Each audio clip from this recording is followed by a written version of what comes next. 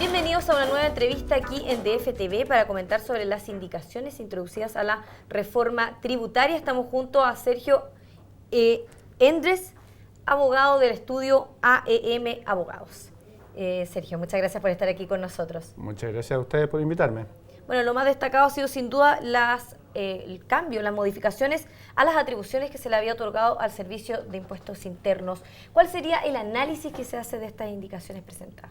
Bueno, la verdad es que las indicaciones no modifican en forma demasiado dramática el proyecto original. El Ejecutivo prácticamente perseveró en la línea gruesa de todas las modificaciones, tanto en renta cuanto en los impuestos especiales. Y donde hubo modificaciones importantes es precisamente en las facultades de impuestos internos.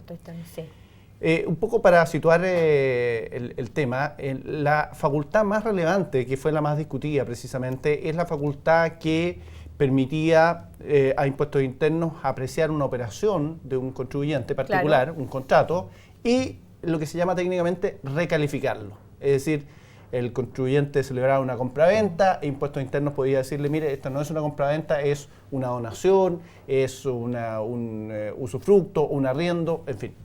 Esa cláusula que se llama, es un artículo, digamos, el artículo cuarto bis, es lo que se conoce como una cláusula antielusiva, una norma antielusión, una norma antielusiva general. Bueno, la norma estaba redactada en términos bastante amplios, permitía la calificación de impuestos internos en forma realmente, claro, digamos, muy poco formal y con muy pocas protecciones para los contribuyentes afectados. Y eso se mejoró en alguna medida. Básicamente lo que se hizo ahí es primero, situar el ejercicio de la atribución en el Director Nacional de Impuestos, claro, Internos. Sí. Eso regularmente, por ejemplo, la interposición de querellas por delito está radicado también en el Director Nacional y eso naturalmente lo que hace es darle una mayor jerarquía a la decisión de calificar un contrato de la vía privada como a impuestos internos le parezca, digamos, que debe configurarse. Por otro lado, también se cambia los órganos que al interior de impuestos internos tienen que opinar sobre este contrato, por ejemplo, exacto, que hay que calificar, y se hace un poco más complejo y exigente ese organismo colegiado. Hay dos o tres modificaciones menores, por ejemplo, una que dice que elusiones de menos de 10 millones de pesos, un monto que fija la ley, no se van a perseguir, que en realidad es un monto para el mercado demasiado bajo, insignificante, sí, digamos, realmente es una modificación, digamos, de casi mínima importancia. Ahora, en general, el proyecto en esta parte, digamos, no cambia lo sustantivo. Impuestos Internos mantiene la facultad de recalificar contratos, prácticamente en la forma inicial, en su médula. Y esa fórmula inicial ha sido y es muy criticada porque la fórmula es, si usted celebra un contrato que dice la ley artificial, si usted celebra un contrato inapropiado en parte de la redacción, o que dice que tenga por finalidad solo ahorrar impuestos y no haya otras finalidades relevantes, dice la ley. Entonces, toda esta fraseología, en definitiva, es bastante difícil de precisar en el caso concreto. Ahora, también se ha criticado, digamos, de esa norma que se mantiene prácticamente igual, como digo, el que llevamos apenas 17 días discutiéndolo, desde que se presentó el proyecto original. Es muy luego todavía. Claro, o sea, 17 días en una norma que realmente es una norma tremendamente relevante. No, claro, y que además quedan muchos artículos todavía por discutir. Exactamente, y para los operadores jurídicos y para las empresas, el hecho de que una autoridad administrativa se involucre en las operaciones particulares de los contribuyentes y les diga, mira, lo que ustedes hicieron no es lo que hicieron, es otra cosa. O sea, no es menor, no debiera ser tan rápida la discusión, es decir, debería darse más tiempo. Es decir, uno podría pensar, digamos, que 17 días es claramente insuficiente. Si uno compara, por ejemplo, las normas de uno de los últimos países que adoptó una norma de este tipo, Gran Bretaña, esto partió el año 2011 en Gran Bretaña y acaba de aprobarse el 2013. O sea, estuvo 2 años en discusión. Prácticamente 3 años, digamos, y partió por un informe de un comité independiente. Ese proyecto, que los ingleses pensaron durante 3 años y nosotros estamos pensando durante 17 días, ese proyecto además considera, por ejemplo, que la calificación de una maniobra elusiva o de una operación elusiva lo hace una comisión externa a impuestos internos. al organismo fiscal inglés. Es decir, hay una comisión que asesora impuestos internos que es privada, que determina qué operaciones tienen o no esta característica de ser elusivas, digamos, y castigables, digamos. O sea, la calificación está un poco radicada en un organismo un poco independiente. Por lo demás, es bastante detallada la disposición, digamos, antielusiva inglesa. Y como digo, tuvo un largo proceso en que, por ejemplo, solamente para las consultas del texto final inglés hubo 3 meses. O sea, la Administración de Hacienda inglesa puso el texto de lo que se iba a aprobar en un sitio web y recibió durante 3 meses todo tipo de modificaciones, comentarios. Se reunió, realizó múltiples reuniones con el sector privado, digamos, sobre los alcances de la disposición legal. Eso 3 meses, o sea, al menos 6 meses antes de la aprobación, recién ahora el 2013, digamos, de la norma. Y nosotros estamos aprobando una disposición igual, mucho más defectuosa. En muy poco tiempo. Sin ninguna puesta en común, digamos, sin ninguna discusión académica, sin ninguna participación en realidad verdaderamente útil del sector privado, digamos, desde el punto de vista técnico, en 17 días. Entonces, Sergio, entonces, bueno, en consideración a todo lo que estamos hablando, viendo los ejemplos de países desarrollados como Gran Bretaña, habría que tener disposición a discutirlo en más tiempo, que no aprobar la reforma quizás tan rápido. Lo que está aquí, lo que se está haciendo en el proyecto es, en definitiva, llevar adelante una especie de lista de compras de impuestos internos. Todo aquello que Impuestos Internos quería hacer durante los 10 últimos años, ahora lo puede concretar porque tiene la nueva mayoría, una mayoría en el Congreso. Claro. Algunas de esas facultades, digamos, son razonables. La cláusula antielusiva puede ser razonable, pero su discusión evidentemente ha sido mínima, o sea, no existe discusión técnica. Y eso naturalmente hace pensar, digamos, hace creer que su resultado, digamos, puede ser no lo óptimo, digamos, para el clima de negocios chileno. Ahora, además de esta cláusula antielusiva, las indicaciones, la verdad es que tocan algunas otras facultades. Por ejemplo, eliminando la posibilidad de información nominativa en las tarjetas de crédito. Claro.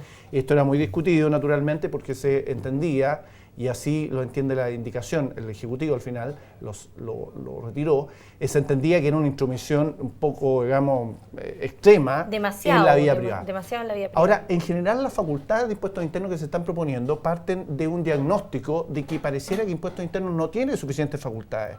Yo creo que ese diagnóstico, que no está documentado... Sí las tendría actualmente. O sea, eso es precisamente lo que yo pienso. Realmente Impuestos Internos tiene, en verdad, un abanico de facultades realmente muy extenso.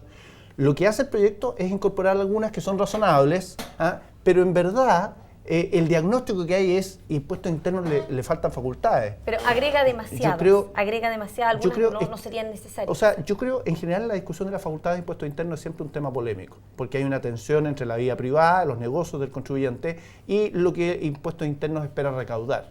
Ahora, estas facultades, me parece que algunas de ellas son razonables, otras no tanto, pero el diagnóstico me parece que es un diagnóstico que es errado. A Impuestos Internos le faltan facultades, eso me parece que es incorrecto, eso es errado en la práctica.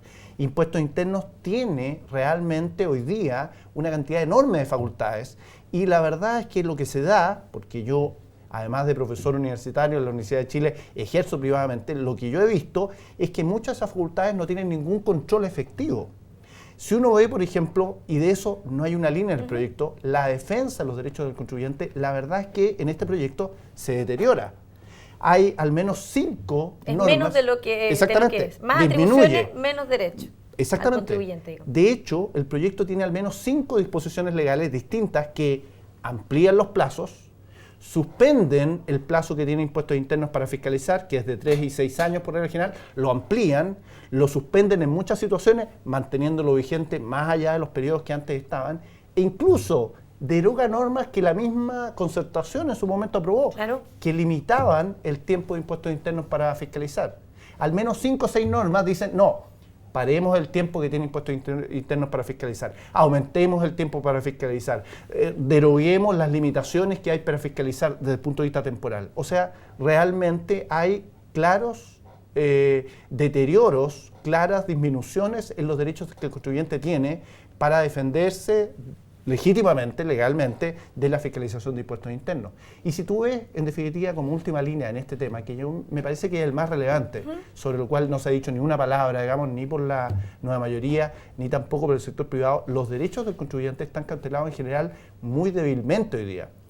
Hay un recurso que se llama de vulneración de derechos, que se puede intentar por los contribuyentes. Bueno, en los 3 años que está vigente, se ha intentado en muy pocas oportunidades. O sea, ese sería como el tema que queda pendiente en la discusión Absolutamente. actual, el derecho del contribuyente. No ha sido en absoluto abordado. Es más, viene deteriorado por al menos 5 disposiciones legales en la reforma de las facultades de impuestos internos. Hay un otorgamiento de muchas reformas, de muchas atribuciones, pero no hay el establecimiento de un equilibrio de control y de protección para los contribuyentes. Hoy día esa protección, creo yo, está deteriorada.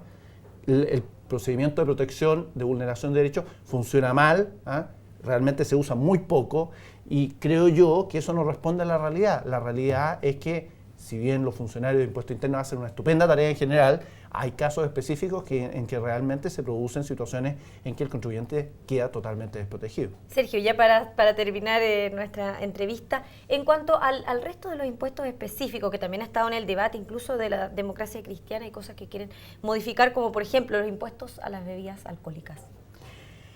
Bueno, efectivamente, el impuesto a las bebidas alcohólicas básicamente está propuesto en el programa como una medida de alguna manera de situar mayores cargas, digamos, en el consumo de bebidas alcohólicas que tiene externalidades que algunos piensan, digamos... O sea, mientras más grados de alcohol pagarían más. Claro, que pueden ser negativas. Ahora, lo que se está proponiendo justamente por el sector privado es... desde luego moderar el alza, digamos, o eliminarlo por algunos congresistas, y en otros casos, digamos, cambiar la forma de cálculo.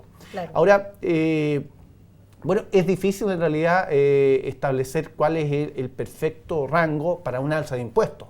Si hay un alza de impuestos, evidentemente alguien va a pagar más, digamos. ¿Quién lo va a pagar? Bueno, probablemente sean los consumidores. Exactamente, es bien problemático. Ahora, la postura, digamos, que entiendo, digamos, está sobre la prensa hoy día, digamos, en estos días, es que se haga en una forma distinta que de acuerdo al grado alcohólico, que naturalmente castigaría, por ejemplo, más al pisco.